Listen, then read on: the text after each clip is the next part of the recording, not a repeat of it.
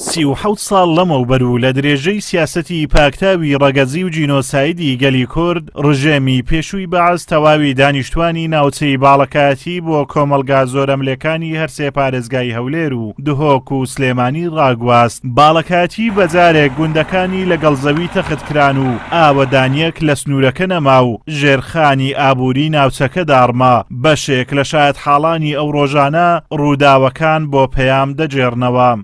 قۆناغ بە قۆناغ باڵەکایەتیان ڕاگواست و بۆی کە شۆڕشی نوێ کە دەستی پێکردەوە ئەو دامە ببڕن لە پێشمەرگە نەتوانێتن لەو گوندانە بمێنێتەوە هەم دامی مادی و دامی بەشەریان هەبێتن.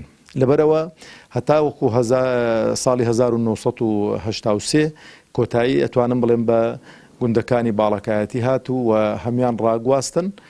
چاوەڕوان دەکرا کە تاکە شوێنێکە بە باشترین شێوە پاداش بدرێتەوە و خزمەتی بکرێ باڵەکایەتی. بەڵام بەداخەوە کە ئێستا قسەت بۆ دەکەم کە ساڵی 2020 تاکو ئێستانەکە باڵەکایەتی ئەو خزمەتەی پێ نەکراوە کە شایستەی بێتن و ئاوڕی لێ نەدراوەتەوە جا چ لە ڕێگاوبانەکەی دەڵێ چ لە خانوبەرەی دەڵێ چ لە کارەبای دەڵێ چ لە ئاوی دەڵێ لە هەر شتێکی بڵێ لە قوتابخانەی دەڵێ لە سنتەرەکان دەڵێ لە هەر شتێکی بڵێ باڵەکایەتی بەڕاستی ئەتوانم بڵێم یەکێک لەو شوێنانەی کە پشتگوێ خراوە و خزمەتی نەکراوە لەلایەن هەم برادەرانی پارتی و هەم برادەرانی یەکێتی نیشتیمانی کوردستان.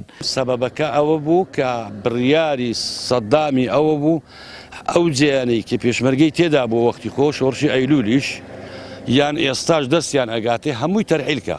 نانی چکە ئەوەی زانی ئەوانە لە دەرێنە پێشمەرگە لە دەرێ هەمووی بەنانی خەڵکی بوون. نانیان نەبوو بکۆن. خۆ حزبەکان چیان نەبوو بدەنە پێشمەرگەی و بێنە دیوی عراقی عەرەکەی بکەن. دەبوایە ئەو خەڵکە بە خێویان کە بەداخەوەی ئێستا منەتیان بەو خەڵکەی نەمایە. ئەگەنا هەموو خەڵک بە خێویەکردن شەو و نیوە شەو و پێشمەرگە داهاتووی. باڵەکایەتی هەردەم پەناگەی شۆڕشەکان بووە. هەر بەهۆی هەڵوێستی کوردانە و نیشتیمان پەروەرانە خەڵکی ناوچەکە ڕوبەڕووی بۆردومان و گرتن و کوشتن و ئاوارەیی بوونەوە و ژیانی خۆیان و ئارامی ماڵ و منداڵیان کردە قوربانی شۆڕش و کوردایەتی. ئێستاش دوای 37 ساڵ لە ڕاگواستن و وێرانبوونی ناوچەکە شتێکی ئەوتۆ بۆ خەڵکی ناوچەکە نەکراوە کە لە ئاست قوربانی و چەرمەسەریەکانیان دابێت. لە کاتێکدا سەرانی ئەو کاتی شۆڕش کە لە باڵەکایەتی بوون زۆربەیان ئێستا لە دەسەڵاتدان. بەڵام بەداخەوە ئەوەی کە بینیمان لە دوای ڕوخانی ڕژێمی باسیش کە کورد کە لە پێناوی ڕاگواسترا و ئەو خەڵکەی کە لە شاغ بوو کە هاتنەوە جارێکی تر و حکومڕانی میلەتی کوردیان کرد بەداخەوە لە چەند ڕوویەکی تر میلەتیان چەوساندەوە برسیان کرد و ستەمیان لێ کرد ئەو زوڵم و ستەمەی کە ئێستا کە ئەبیندرێ. باڵەکایەتی برین هەر لەو کاتی ڕابرین ئەوەی حەیوانی هەبوو ئەوەی مێش و شتیوالی هەبوو ئەوەی زەراعەتی هەبوو ئەوەی کشتتوکاڵی هەبوو هەر هەمووی خراپ بوو. هیچ کەس شتێکی وای پێ نەهات کە دوو دەرەمان بینیت. وەڵای وەکو عامە وەکو برین ئەوەی کە خەڵک مستەفید بووبی هیچ نەکرایە.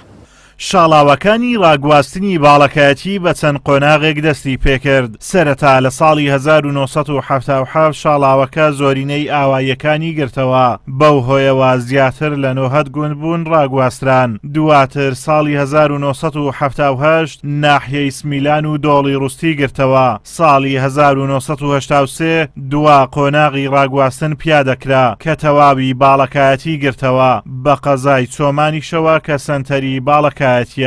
ئازادۆمەراوی کەناڵی ئاسمانی پەیام دەڤەری باڵەکایەتی.